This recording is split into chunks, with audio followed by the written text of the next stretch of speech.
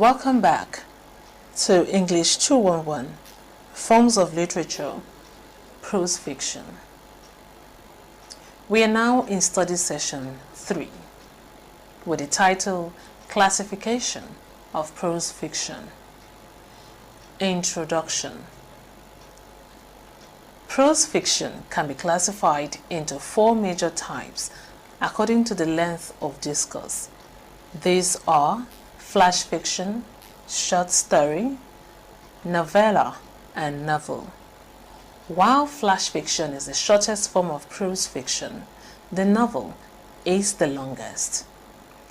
In this study session, we will explore the 4 forms of prose fiction.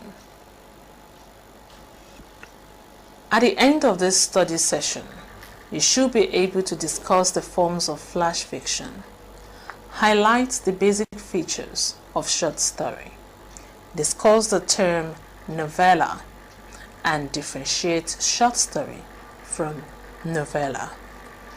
Flash fiction. Other names for flash fiction include sudden fiction, microfiction, microstory, postcard fiction, prosody, and short story, though distinctions are sometimes drawn between some of these terms. For example, sometimes 1,000 words are considered the cutoff between flash fiction and the slightly longer short story, which is sudden fiction. The term flash fiction may have originated from a 1992 anthology of that title.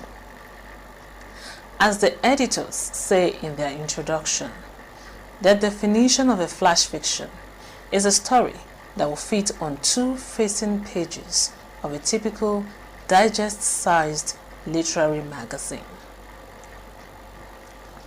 You should also know that flash fiction has roots going back to Aesop's fables, and practitioners have included Saadi of Shiraz, the Golistan, Boleslaw Prose, Anton Chekhov, O. Henry, Franz Kafka, and many more. New life. In recent years, new life has been brought to flash fiction by the internet with its demand for short, concise works. However, flash fiction is also published by many print magazines. Markets specializing in flash fiction include Smoke Long Quarterly, Flash Fiction Online, and Vestal Review. The 365 Tomorrows Project has published a new piece of flash fiction daily since 2005. The Micro Award, created in 2007, is the first award dedicated solely for flash fiction. One type of flash fiction is a short story with an exact word count.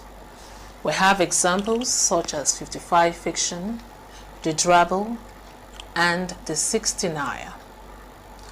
Nanofictions are complete stories with at least 1 character and a discernible plot, exactly 55 words long. Also, a Drabble story is a story of exactly 100 words, excluding titles, and a 69er is a story of exactly 69 words, again excluding the title.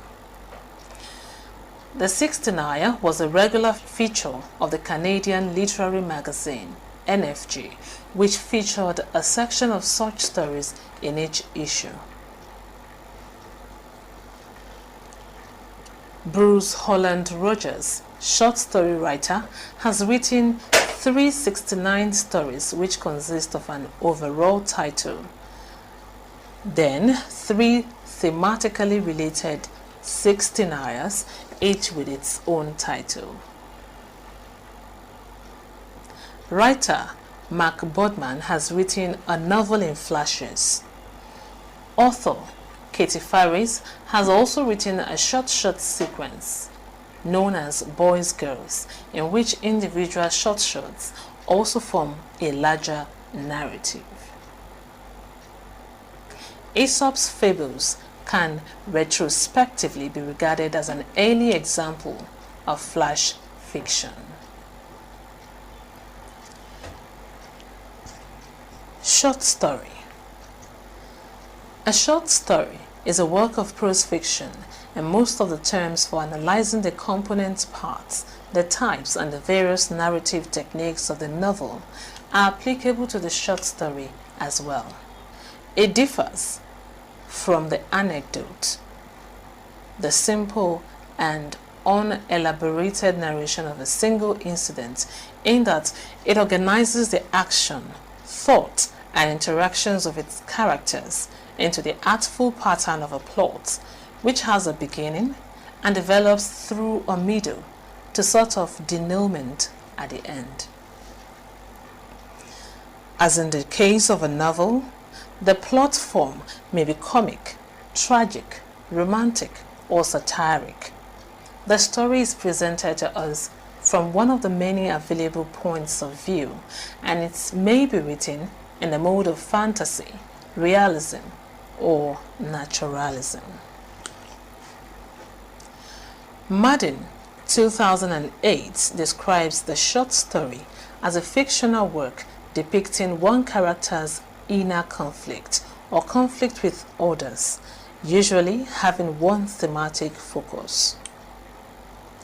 Short stories generally produce a single focused emotional and intellectual response in the reader. Novels, by contrast, usually depict conflict among many characters that is developed through a variety of episodes, stimulating a complexity of responses in the reader. The short story has traditionally featured predictable plot formulas, stock characters and conflicts, and superficial treatment of themes. A short story is a work of fiction that is usually written in prose, often in narrative format. This format tends to be more pointed than longer works of fiction, such as novellas and novels. Short story definitions based on length differ somewhat, even among professional writers, in part because of the fragmentation of the medium into genres. Many short story writers define their work through a combination of creative, personal expression and artistic integrity. They attempt to resist categorization by genre as well as definition by numbers, finding such approaches limiting and counterintuitive to artistic form and reasoning. As a result, definitions of the short story based on length splinter even more when the writing process is taken into consideration. We have examples of authors such as Charles Dickens, Kurt Vonnegut, Nathaniel Hawthorne, and many more, who were highly accomplished writers of both short stories and novels. Short stories have their roots in oral storytelling traditions and the prose anecdote, a swiftly sketched situation that quickly comes to its point. With the rise of the comparatively realistic novel, the short story evolved as a miniature version, with some of its first perfectly independent examples in the tales of E.T.A. Hoffmann. Other 19th century writers well known for their short stories include Nikolai Gogol, Guy de Maupassant, and Boleslaw Preuss. Some authors are known almost entirely for their short stories, either by choice or by critical regard. An example is George Louis Borges, who won American fame with The Garden of Forking Paths, published in the August 1948 Harlequin's Mystery magazine. Short stories have also often been adapted for half-hour and hour radio dramas, as on the NBC Presents Short Story. The art of storytelling is doubtlessly older than record of civilization. Even the so-called modern short story, which was the latest of the major literary types to evolve, has an ancient lineage. Perhaps the oldest and most direct ancestor of the short story is the anecdote and illustrative story, straight to the point. The ancient parable and fable, starkly brief narrative used to enforce some moral and spiritual truth, anticipates the severe brevity and unity of some short stories written today. Usually, a short story focuses on one incident. It has a single plot, a single setting, and a small number of characters, and covers a short period of time. In longer forms of fiction, stories tend to contain certain core elements of dramatic structure, such as exposition, which is the introduction of certain situation and main characters, complication, which is the event that introduces the conflict, rising crisis, rising action, also crisis, which is the decisive moment for the protagonist and his commitment to a course of action. We also have climax, which is the point of highest interest in terms of the conflict and the point with the most action. We also have resolution, which is a point when the conflict is resolved. And then we have the moral, which is the lesson that has been learned so far. Owing to their length, short stories may or may not follow this pattern. Some do not follow the patterns at all. For example, modern short stories only occasionally have an exposition. As with long stories, plots of short stories also have a climax, crisis, or turning point. The endings of many short stories, however, are abrupt and open and may or may not have a moral or practical lesson. As with many art forms, the exact characteristics of a short story will vary by the creator. When short stories intend to convey a specific ethical or moral perspective, they fall into a more specific subcategory called parables or fables. The art of determining what exactly separates a short story from longer fiction formats can be problematic. A classic definition of a short story is that one should be able to read it in one sitting, a point most notably made in Edgar Allan Poe's essay, The Philosophy of Composition, written in 1846. Other definitions place the maximum word count at anywhere from 7,000 to 9,000 words. In contemporary usage, as a point of reference for the science fiction genre writer, the Science Fiction and Fantasy Writers of America defines short story length in its Nebula Awards for Science Fiction Submission Guidelines as having a word count of 7,500. In contemporary usage, the term short story most often refers to a work of fiction no longer than 20,000 words and no shorter than 1,000 words. Stories with less than 1,000 words are sometimes referred to as short stories or flash fiction. Short stories date back to oral storytelling traditions which originally produced epics such as Homer's Iliad and Odyssey. Oral narratives were often told in the form of rhyming or rhythmic verse, often including recurring sections or, in the case of Homer, Homeric epithets. Such stylistic devices often acted as mnemonics for easier recall, rendition, and adaptation of the story to stage. The other ancient form of short story, the anecdote, was popular under the Roman Empire.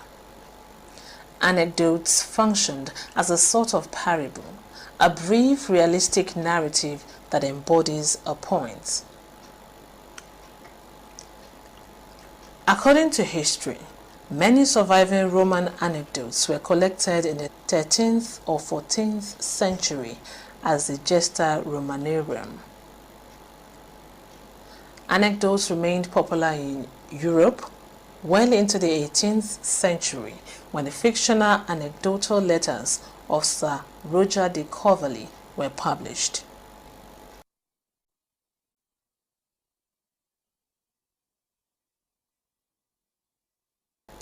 In Europe, the oral storytelling tradition began to develop into written stories in the early 14th century, most notably with Geoffrey Chaucer's Canterbury Tales and Giovanni Boccaccio's Decameron. Both of these books are composed of individual short stories, set within a larger narrative story, although the framed tale device was not adopted by all writers. At the end of the 16th century, some of the most popular short stories in Europe were the darkly tragic novella of Matteo Bandello.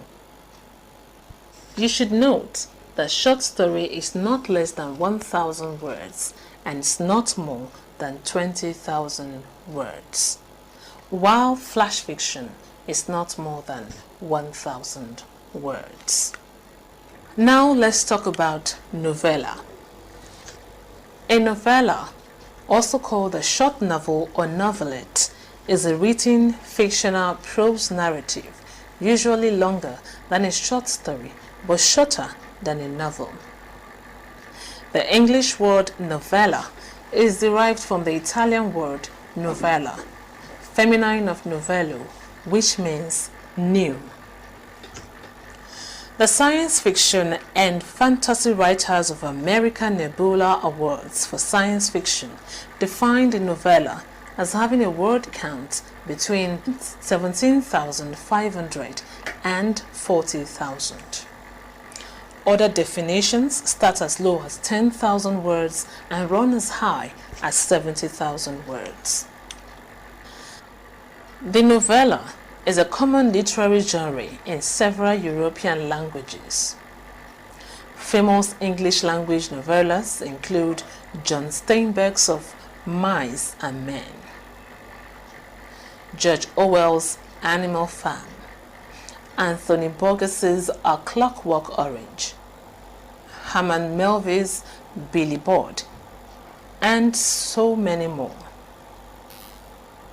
Structurally, a novella has generally fewer conflicts than a novel, yet more complicated ones than a short story. The conflicts also have more time to develop than short stories. They have endings that are located at the brink of change. But unlike novels, they are not divided into chapters and are often intended to be read at a single sitting as the short story, although white space is often used to divide the sessions. They maintain, therefore, a single effect. The novella is also generally not as formally experimental as a long story and a novel can be, and it usually lacks the subplots, the multiple points of view, and the generic adaptability that are common in the novel.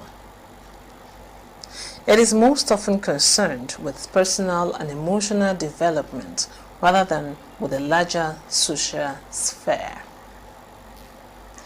The novella also generally retains something of the unity of impression that is a hallmark of the short story, but it also contains more highly developed characterization and more luxuriant description. The idea of a serialized novellas dates back to the 1001 Nights, also known as the Arabian Nights, from around the 10th century. The novella as a literary genre later began developing in the early Renaissance literary work of the Italians and the French. It was not until the late 18th and early 19th centuries that writers fashioned the novella into a literary genre structured by precepts and rules. Contemporaneously, the Germans were the most active writers of the novella. For the German writer, a novella is a fictional narrative of indeterminate length, a few pages to hundreds, restricted to a single suspenseful event, situation, or conflict leading to an unexpected turning point, provoking a logical but surprising end. Novellen, as known in the German language, tend to contain a concrete symbol which is the narration's steady points. They are still famous till now. This etymological distinction avoids confusion of the literatures and the forms, with the novel being the more important established fictional form. The Austrian writer Stefan Zweig's.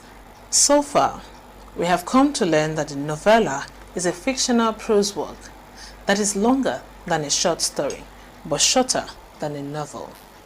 As a result of this, the novella shares the features of the short story and the novel. Now, in this study, let us learn some of the distinguishing features of the short story and the novella. Although length is the obvious distinguishing feature which separates the novel from the short story and the novella, it is by no means the only one. The short story is normally read at one sitting. Edgar Allan Poe, in fact, suggested that this was a necessary feature of the short story.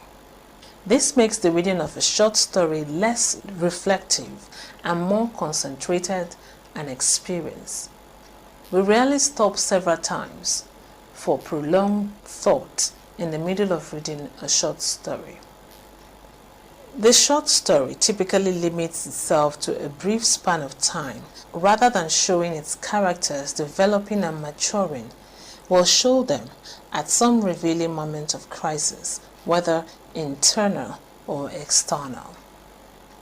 Thus, much of the skill of the short story writer has to be devoted to making characters appear three-dimensional in spite of the fact that we see them only for a very short period of time. In addition, care has to be taken to render atmosphere and situation convincingly. Very often, the short story writer will make use of something akin to shock tactics to make the reader think and respond, such as an unexpected ending, a dramatic unveiling, and a surprising twist of plots. You should note that the novella is usually rather longer than a short story. Although it may be read at a single sitting, it most probably is usually not. Joseph Conrad's Head of Darkness, first book publication, 1902, can be seen as a classic novella, and any reader of this work will probably understand that the terms novel and short story seem somehow inappropriate to describe it. The novella has flourished far more in Germany than anywhere else, and theories of the novella are often considered with particular reference to the German novella tradition. What is a novel? A novel is a book of long narrative in literary prose. The genre has historical roots both in the fields of the medieval and early modern romance and in the tradition of the novella. The latter supplied the present generic term in the late 18th century. The construction of the narrative, the plots, the way reality is created in works of fiction, the fascination of the character study, and the use of language are usually discussed to show a novel's artistic merits. Most of these requirements were introduced in the 16th and 17th centuries in order to give fiction a justification outside the field of factual history. In further defining a novel, the term novel is now applied to a great variety of writings that have in common only the attribute of being extended works of prose fiction. In further defining the term novel, it can also be applied to a great variety of writings that have in common only the attributes of being extended works of prose fiction. As an extended narrative, the novel is distinguished from the short story and from the work of middle length called the novella. The magnitude of a novel permits a greater variety of characters, greater complication of plots, ampler development of plots, and more sustained and subtle exploration of character than the shorter, more concentrated modes. A novel is a fictional prose work with a relatively long and often complex plot, usually divided into chapters, in which the story traditionally develops through the thoughts and actions of its characters. The novel is often described as a long work of written fiction. Most novels involve many characters and tell a complex story by placing the characters in a number of different situations.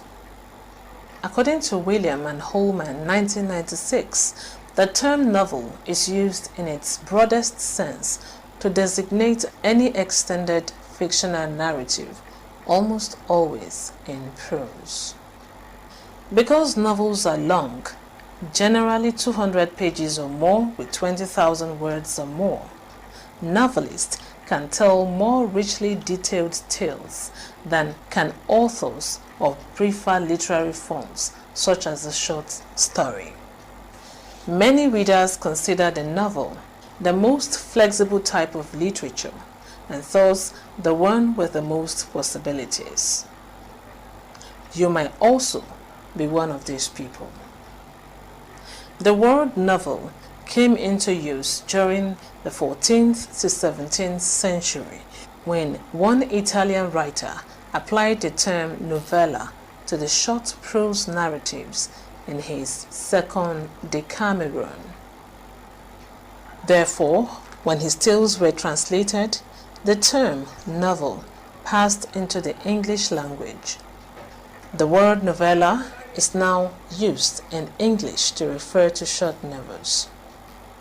The 19th century saw the flowering of the English novel as an instrument portraying middle-class society.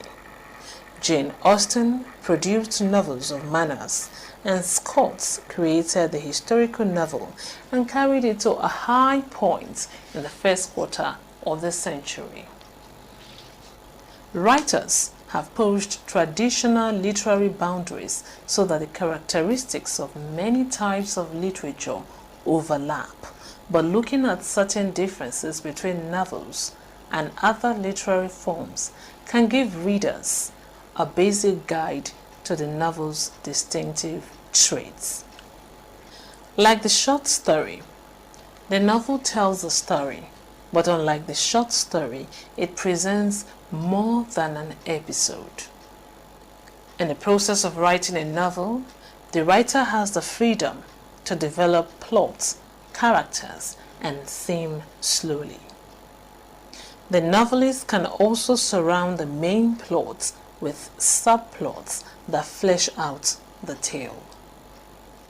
Unlike short stories, however, most novels have numerous shifts in time, place, and focus of interest. Like epic poetry, The novel may celebrate grand designs or great events, but unlike epic poetry, it also may pay attention to details of everyday life, such as people's daily tasks and social obligations. Let us now consider a diachronic survey of the origin and growth of the novel over the years. In this section, we will survey the origin and growth of the novel from the late 17th century to the present age. The exploration will, among other things, focus on the major characteristic features, technical innovations, thematic thrusts, and writers that have dominated the succeeding periods. Let us now take a look at the early Picaro stage. The novel, as we know it today, has evolved from the early forms of literature, most especially the epic, to the folk tradition of different peoples such as the Chinese, Indians, Arabs, the Greeks, and the Romans. Also in the list of these pretexts to the novel are legends, myths, folktales, and history of the several regions of the world. Among these forms are the Roman and picaresque narratives.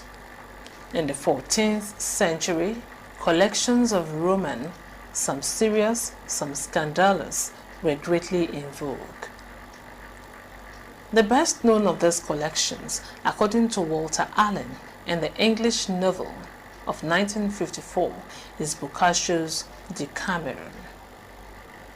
The next important predecessor of this novel was the picaresque narrative, which emerged in the 16th century Spain.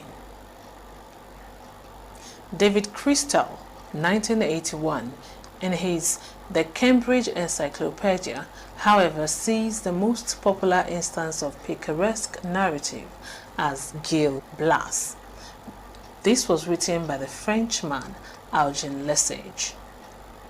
Picaresque was a derivative of picaro, the Spanish word for rogue, and the subject of such narrative is basically the escapades of an insouciant rascal who lives by his wits and shows little, if any, alternation of character through the long succession of his adventures.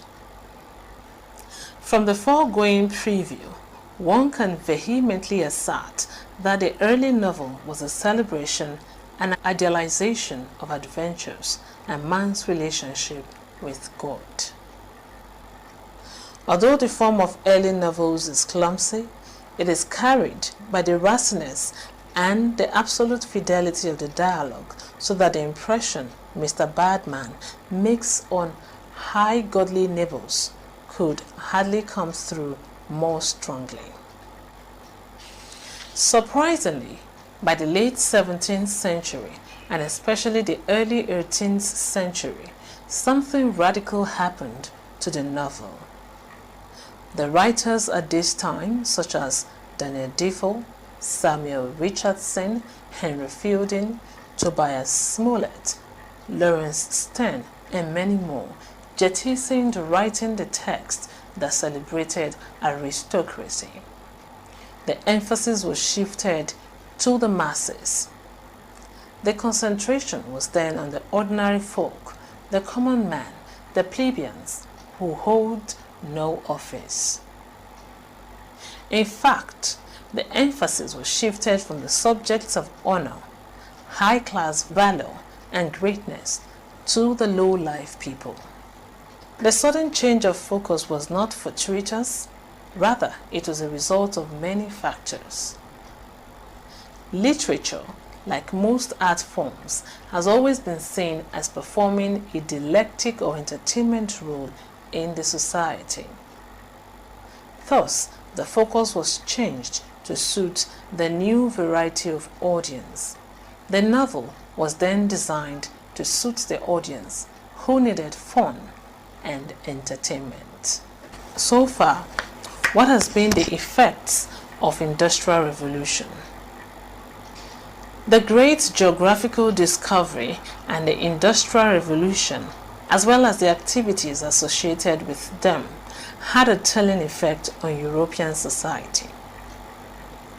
There was socio-economic mobility in terms of greater wealth and greater urbanization.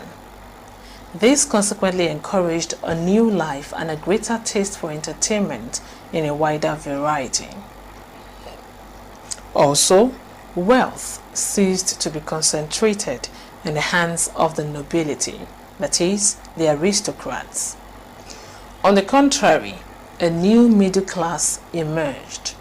This new class had economic power in terms of either controlling the merchandise aspect of the economy or the industrial section.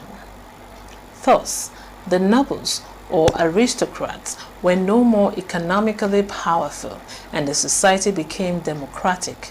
There was power sharing. Another factor for the radical change in the outlook of the novel in the 18th century was the growth in education. The Great Discovery and the Industrial Revolution afforded the middle class the opportunities of awareness. This also encouraged social mobility. The lower class could then hold positions in government affairs. Also, education was extended to women, who were mostly housewives that depended on their husband's wealth. They only attended social functions, so they had a lot of time for entertainment. Actually, this type of audience encouraged the emergence of the new type of writing known as the novel. Therefore, we can claim that the novel really emerged in the second decade of the 18th century. The boost in industrialization and inventions also encouraged the development of the novel. For instance, formerly, there were no publishing facilities, but with the development of typography, people could then create long narratives. Again, the existence of public libraries influenced the emergence of the novel. People who could not afford private copies of the text were able to read as many as they could in public libraries. Therefore, a new class of readers, as a matter of necessity, suggested a new form of novel. There were radical changes in characterization, situations, settings, and ideas. The thematic thrust of the age were those of the problems of existence, class prejudices, economic constraints on life, and other things that had direct bearings on people's lives. In 1713, Congreve published Incognita, or Love and Duty Reconciled, but it was the publication of Daniel Defoe's Robinson Crusoe in 1719 that marked the emergence of the novel. In 1722, he published Moll Flanders. From then on, the novel came of age, and within another 70 years became a more mature form. In 1740, Samuel Richardson published the first novel of character, Pamela of Virtue Rewarded. In 1748, he published Clarissa Harlowe. In 1742, Henry Fielding published Joseph Andrews, a critical romance. Two of his other novels are The History of the Life of the late Mr. Jonathan Wild, the Great, published in 1743, and The History of Tom Jones, published in 1749. Tobias Smollett published The Adventures of Roderick Random, 1748, and The Expedition of Humphrey Clink, which was published in 1771. Lawrence Sterne published Tristram Shandy between 1760 to 1767, and A Sentimental Journey, and Miss Clara Reeve published The Champion of Virtue in 1777. Other prominent writers of the period were Oliver Goldsmith, Charles Johnston, and Robert Badge. It should also be stressed that the period was noted for picaresque novels, for example Daniel Defoe's Robinson Crusoe and Moll Flanders. The novels are mostly sequences of episodes held together largely because they happened to one person. Also, the credit for having written the first English novel of character is nearly unanimously given to Samuel Richardson for his Pamela of Virtue Rewarded, published in 1740. The period was also noted for epistolary novels, for example, Richardson's Clarissa Holloway. The narrative is conveyed entirely by an exchange of letters, Walpole's The Castle of Otranto, published in 1764, is one of the earliest examples of the Gothic novels. Other examples are William Beckford's Vathek, published in 1786, and Radcliffe's The Mysteries of Udolpho, 1794, and Matthew Gregory's The Monk, published in 1797. A very early instance of the propaganda novel is Robert Hamspring, or Man, as He Is Not, published in 1796.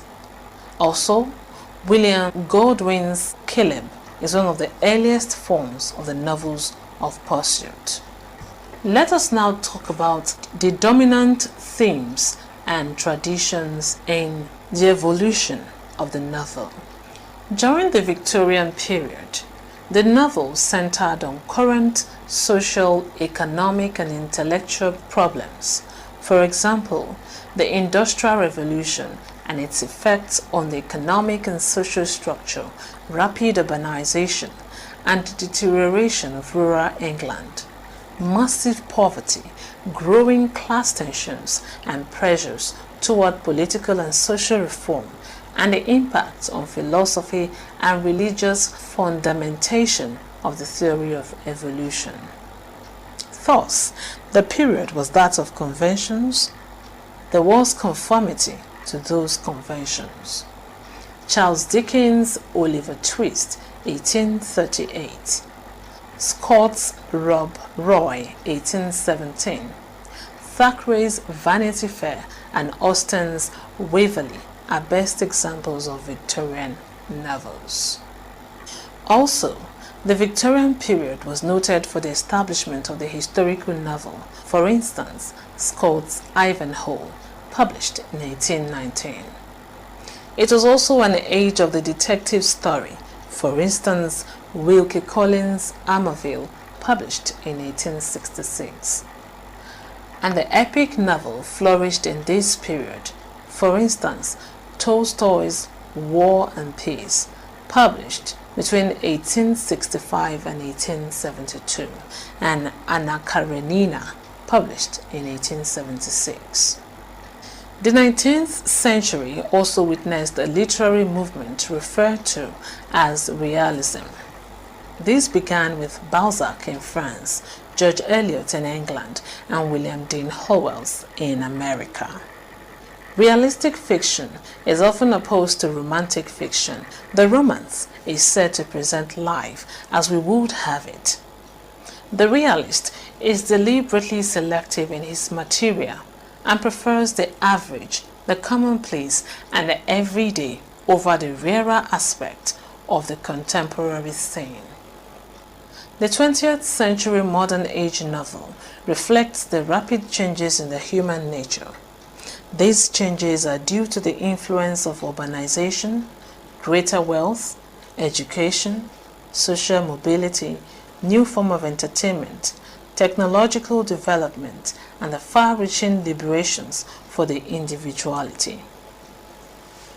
There is freedom of experimentation. There is also a new spirit of liberation and freedom. No wonder Elizabeth Deed's Airmath, in her essay, contemporary fiction believes that any reader entering into the world of the novel will find an exhilarating lack of agreement among novelists.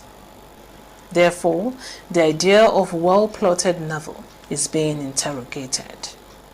The plots now reflects the disorderliness in the 20th century.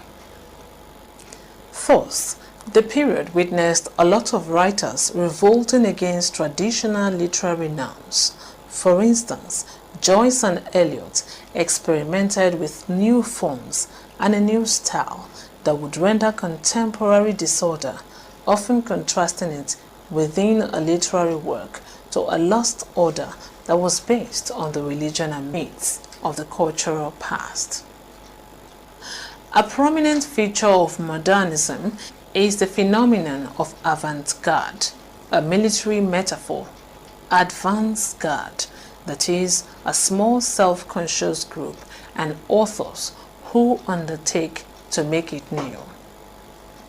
Avant-garde writers represent themselves as alienated from the established order, against which they assert their own autonomy, such as Joyce's Ulysses, 1922, and Finnegan's Wake are the best examples of avant-garde novels. Among the most outstanding technical innovations of the 20th century novel is the introduction of the stream of consciousness technique by Dorothy Richardson in her Pilgrimage. James Joyce also made the preponderant use of the method in Ulysses. In Finnegan's Wake, Joyce pushed the stream of consciousness to its probable limits and also experimented with language to a point where he seemed likely to transcend the limits of his medium. In fact, after Joyce, the novel was never quite the same again. His influence has been profound, and as one of the greatest innovators, he has had many imitators, such as Fadford. The essential point which needs to be made ultimately to you is that the novel has developed in form and ideology. Since the late 17th century to the present age, the novel has witnessed some technical innovations, shifts, and thematic thrusts and rapid appearance of new writers. Now, let's take a look at the types of novel that we have. This study session will discuss the classification of novel. We will also identify and discuss some of the types of the novel. The picaresque novel. It is a form of novel that recounts the adventures of a picaro, the Spanish word for rogue. It usually exhibits an episodic structure in which the picaro moves from one situation to another. It generally satirizes the characters of society it depicts. In this respect, the picaresque novel embodies a reaction to the sociocultural conflict that arose in Spain as it shifted from a feudal to a monarchical society in the 16th century. The picaresque novel gave voice to this class of people, offering an outsider's view of society. Not only did the picaresque novel contribute significantly to the early development of the novel, it also has had a continued life as a minor form in modern literature. Examples of the modern picaresque include such distinguished works as Herman Melville's The Confidence Man, Joyce Carey's The Horse's Mouth, and many more. Another type of novel is the historical novel.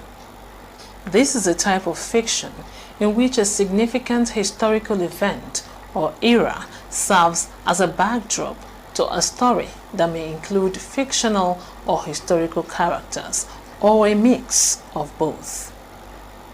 A historical novel is fictional but has real historical, spatial, and temporal settings. Most historical novels conform fairly closely to the conventions of romance rather than realism, although there have been exceptions to this rule, notably in Tolstoy's War and Peace.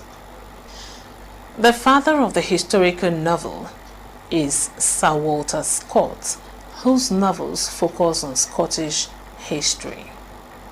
His American counterpart, James Fenimore Cooper, whose Leatherstocking Tales won him worldwide fame, was a progenitor of the Western historical novel. In the 20th century, the popularity of historical fiction continues to be strong, as exemplified by Margaret Mitchell's Gone with the Wind, but a number of historical novels have made a larger demand on their readers' attention. Under the types of novel, we also have the regional novel. This involves an especial focus of attention on the life of a particular well-defined geographical region. Traditionally, the region in question is rural, not urban. A regional novelist often writes a number of books, all involving the same territory of place. Examples are Thomas Hardy's Wessex and Unapatwa Country. Both of these regions are closely modeled on particular areas of England and United States of America, respectively. Another type of novel is a satirical novel. It can be traced back to antiquity, that is, the tradition of satire, which is independent of the novel. It attacks alleged vices and stupidities, either of individuals or of whole communities or groups. Its tools include ridicule, absurdity, exaggeration, mimicry, and contempt. The concern of the satirical novel is to draw readers' attention to what the novelist is attacking, rather than creating characters, situations, or events. It should be noted, however, that not all novels that include distinctively satirical vein in the treatment of various characters are satirical. For example, war and the military can be diminished by making them appear ridiculous and vain. The satire must be unremitting and consistent. Another type of novel is the Bildungsroman. This is otherwise known as a novel of formation or education. It is a German term for a type of novel that focuses on the development of a character moving from childhood to maturity. Sometimes known as a coming-of-age novel, the form usually charts a movement from innocence to knowledge. Prominent examples include Goethe's The Sorrows of Young Werther, Charles Dickens' David Copperfield, James Joyce's A Portrait of the Artist as a Young Man, Gunter Grass's The Tin Drum, Chimamanda Adichie's Purple Hibiscus, and Michael Anthony's The Year in San Fernando. The writer's interest is on depicting the close relationship between early influences and later character development.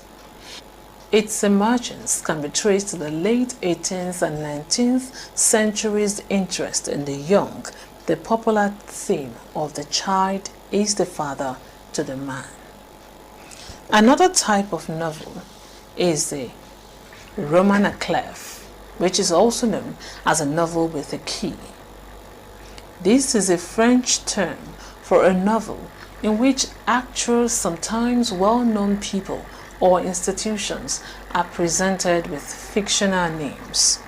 Often associated with satire, the roman à clef is a frequent feature of satirical novels such as Evelyn Waugh's The Loved Ones, a merciless look at Forest Lawn Cemetery in Los Angeles, and Mary McCarthy's The Oasis, a satirical view of the New York intellectuals. In more recent years, the Roman à clef has been a regular feature in popular fiction, as in the novels of Jacqueline Susann, D.H. Lawrence, Sons and Lovers, and Thomas Mann's The Magic Mountain are also good examples of the Roman à clef. Another type of novel is the roman à thèse, also known as thesis novel. Roman à thèse is a French term for a novel that advocates a specific position on a social or moral question. It is frequently used interchangeably with the term protest novel. Examples include John Steinbeck's The Grapes of Wrath, an indictment of the treatment of migrant laborers in the 1930s, and Alexander's One Day in the Life of Ivan Denisovich, a protest against the inhumanity of Soviet concentration camps. It has a thesis or argument underlying it. It also seeks to encourage social reform or the correction of a particular abuse or wrong. Uncle Tom's Cabin and Thomas Hardy's Jude the Obscure are also good examples of a roman à thèse. Another example of a novel is the Gothic novel. This is a type of fiction that employs mystery, terror or horror, suspense, and the supernatural for the simple purpose of scaring the wits out of its readers. The traditional setting, beginning with Horace Walpole's The Castle of Otranto, is a medieval, hence Gothic castle, replete with secret passages, torchlight dungeons, and an occasional bat. The traditional plot, Anne Radcliffe's The Mysteries of Udolpho, involves a beautiful heroine beset by dark shadows, strange noises, and a candle that keeps blowing out. These early Gothic novels aimed at instilling terror. Later examples of the form, such as Matthew Lewis' The Monk, moved beyond terror to horror, invoking demons, ghosts, and other supernatural paraphernalia in gory and subliminally erotic detail. The Gothic novel maintained its popularity from the 1760s to the 1780s. During that time, it was imitated throughout Europe, influencing and being influenced by the age of Romanticism.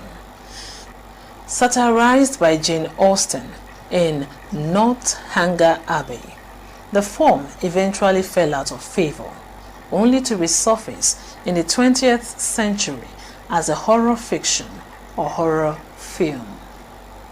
One particularly memorable example of the form, Mary Shelley's Frankenstein, is also regarded as an early progenitor of science fiction.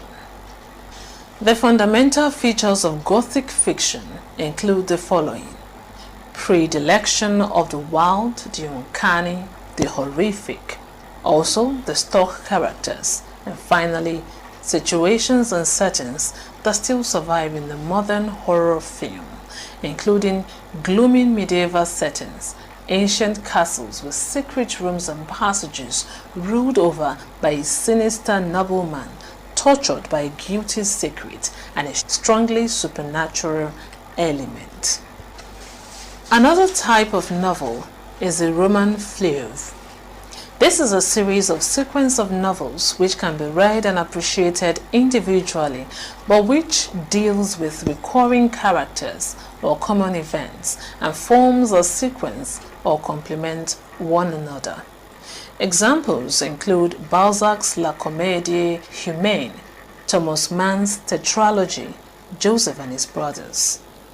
It is closely related to the so-called saga novel, a series of novels about a large family, each of which concentrates upon different branches of the family or different events in which it is implicated.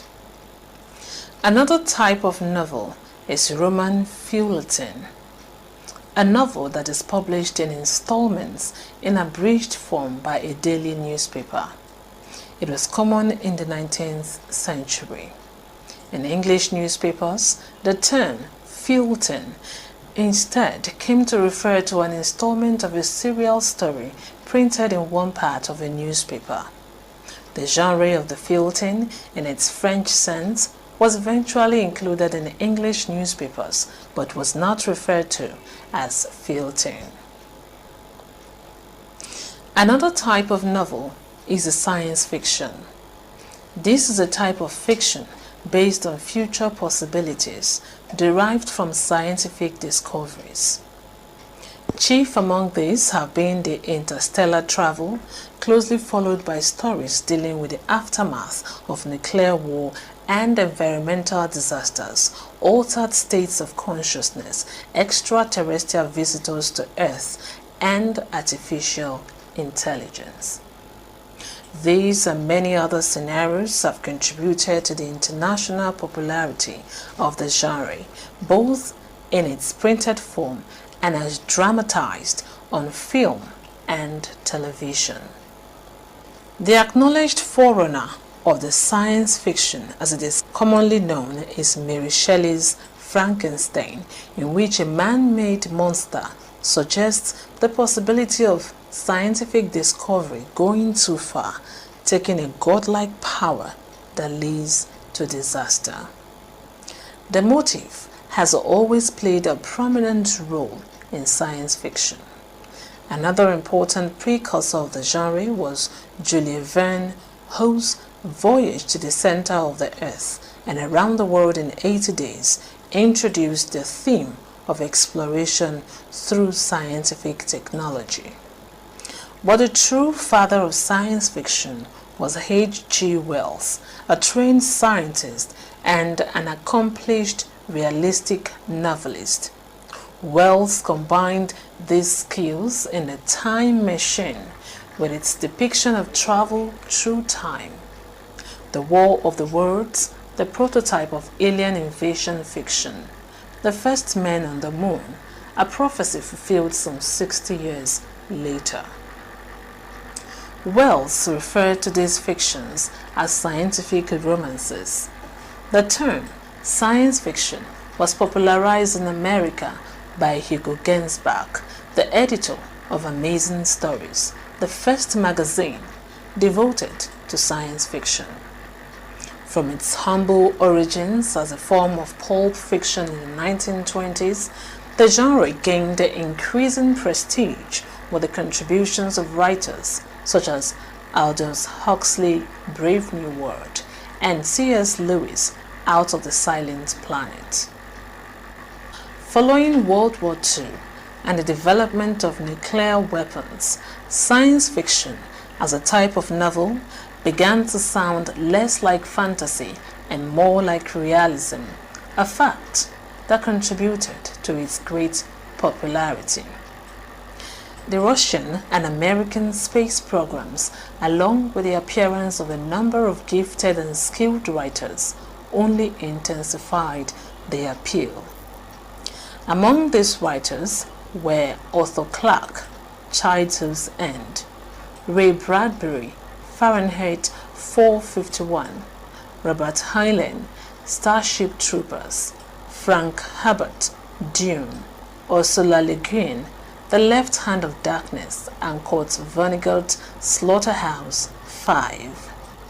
Recent innovations in the genre include Octavia Butler's Kindred, in which a 20th century American black woman time travels back to the 1830s, where she lives as a free black in a slave state, and William Gibson's Necromancer, which introduces cyberspace into the world of science fiction.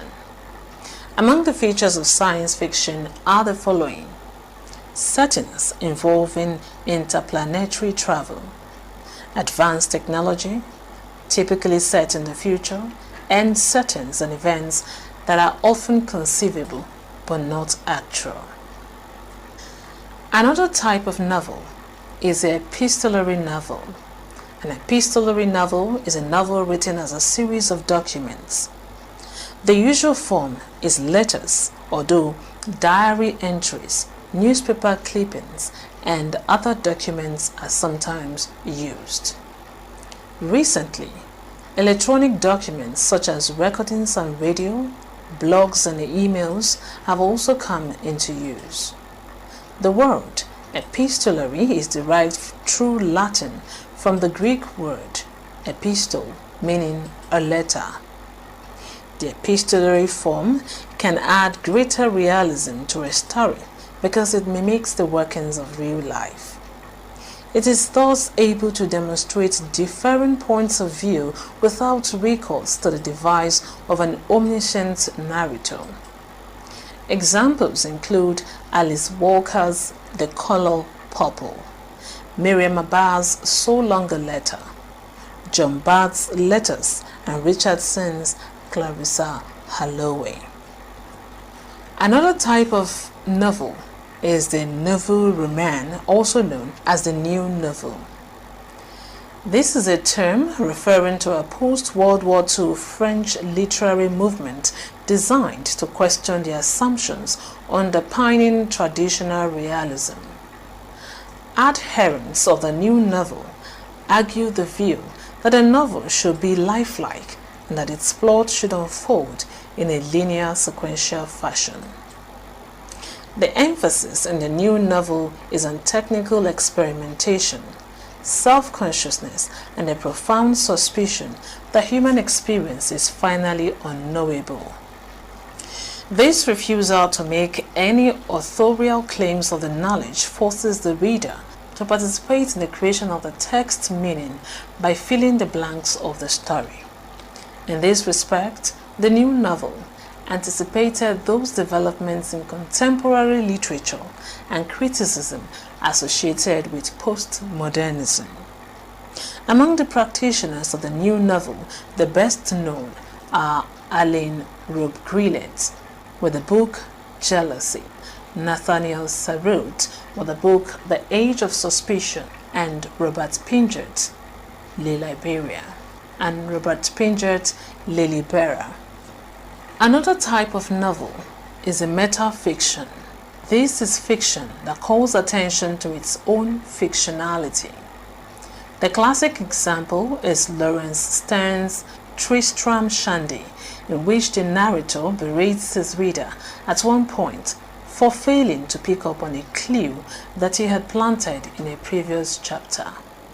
A prominent feature of postmodernism, forms of metafiction appear in Vladimir Nabokov's Pale Fire, John Barth's Lost in the Fun House, Donald Baltimyre's Snow White, Italo Calvino's If on a Winter's Night a Traveler, and A.S. Yurt's Possession. Literally, metafiction means fiction about fiction. It is the novel or short story which deliberately breaks fictive illusions and comments directly upon its own fictive nature on the process of composition. Its English father figures include Laurence Sterne's Tristram Shandy and John Fowles' The French Lieutenant's Woman. Away from metafiction, another type of novel is faction. The term comes from the American author Truman Capote. It is a portmanteau word, faction plus fiction, that is a blend of fact and fiction. Novelistic techniques are used to bring actual historical events to life for the reader.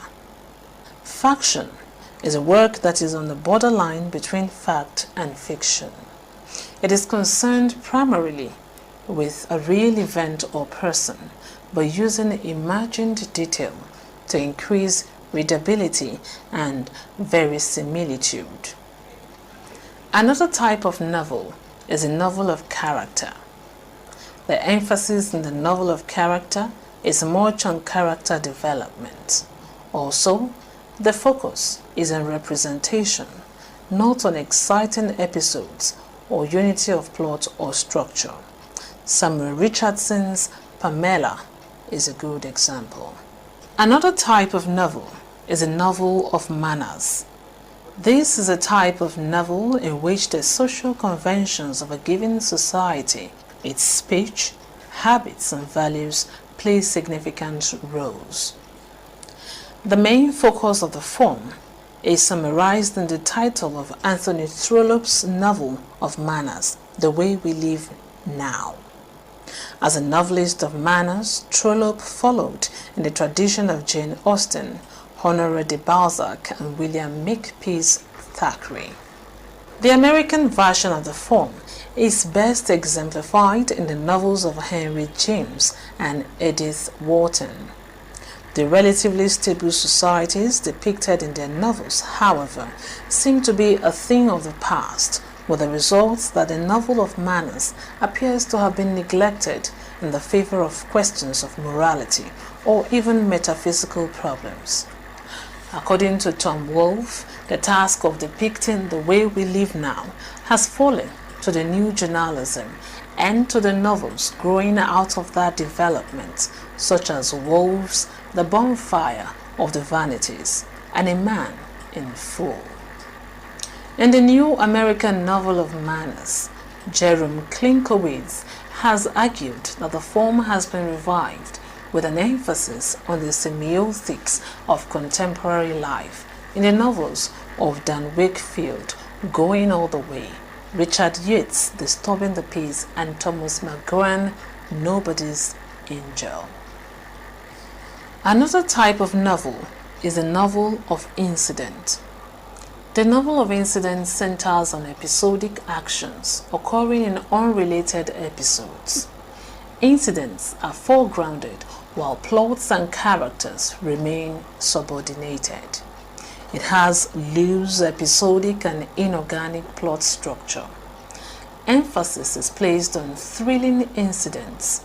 There is no sustained suspense in the novel of incident. Defoe's Robinson Crusoe, published in 1719, is a good example of the novel of incident. In this novel, there are many autonomous incidents in a non-chronological order. Another type of novel is a novel of ideas. This is a novel in which the focus is less on character and action than on philosophical questions that are debated and discussed at length. Although most novels contain abstract ideas in one form or another, in the novel of ideas, they play a central role. Such novels, when they successfully integrate characters and narrative action along with ideas, can ascend to the highest level of fiction, as in Fyodor Dostoevsky's The Brothers Karamazov and Thomas Mann's The Magic Mountain. When the ideas overwhelm the story, however, novels of ideas can appear tendentious and thesis reading, reflected in the French term for such novels, romances, that is, a novel with a thesis.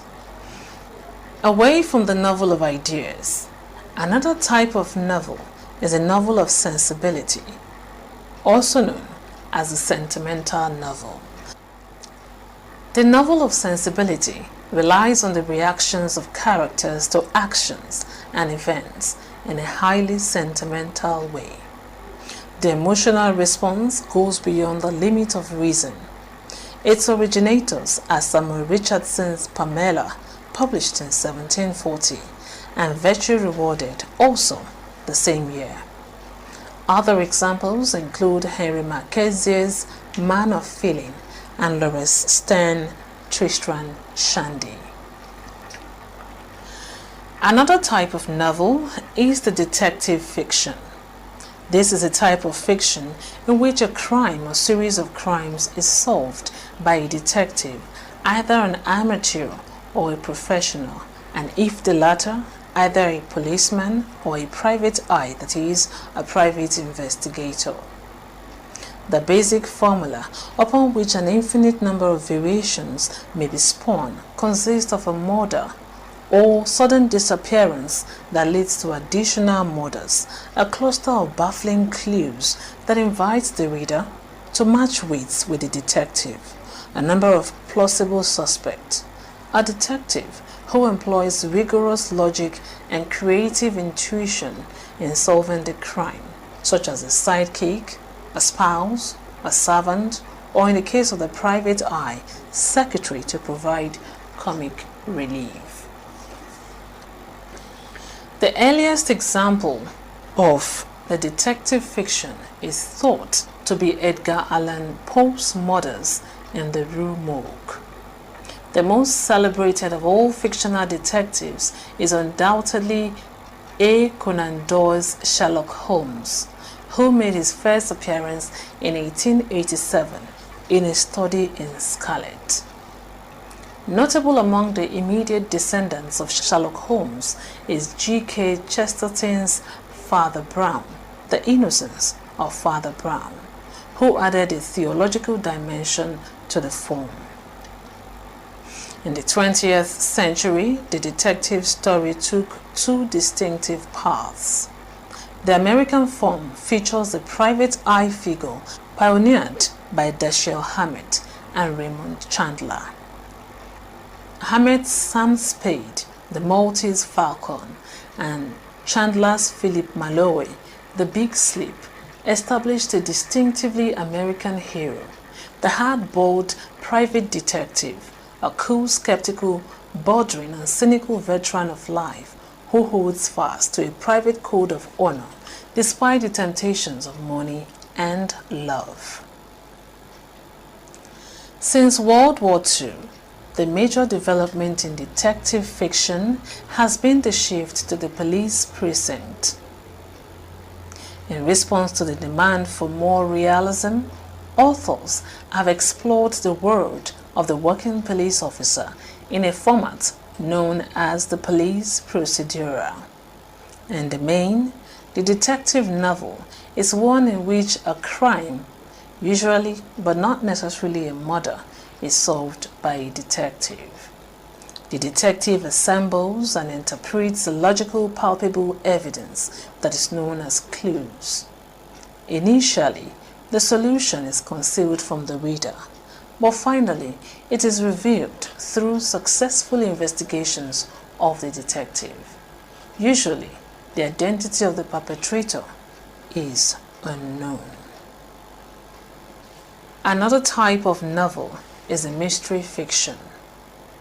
If the basic ingredients of the detective fiction are varied or absent, the resultant fiction is the mystery fiction. There is usually a crime or a mysterious circumstance that requires an investigation. There may be no clues for the detective to work on. Finally, in this study session, we have explored the forms of prose fiction according to length. We concluded that there are 4 forms of prose fiction, such as flash fiction, short story, a novelette or novella, and a novel. In this study session, we also established the fact that while flash fiction is the shortest form of prose fiction, the novel is the longest. We exemplified each of the forms of prose fiction with textual illustrations. In this study session, we also traced the history of the development of the novel from the late 17th century to the present age.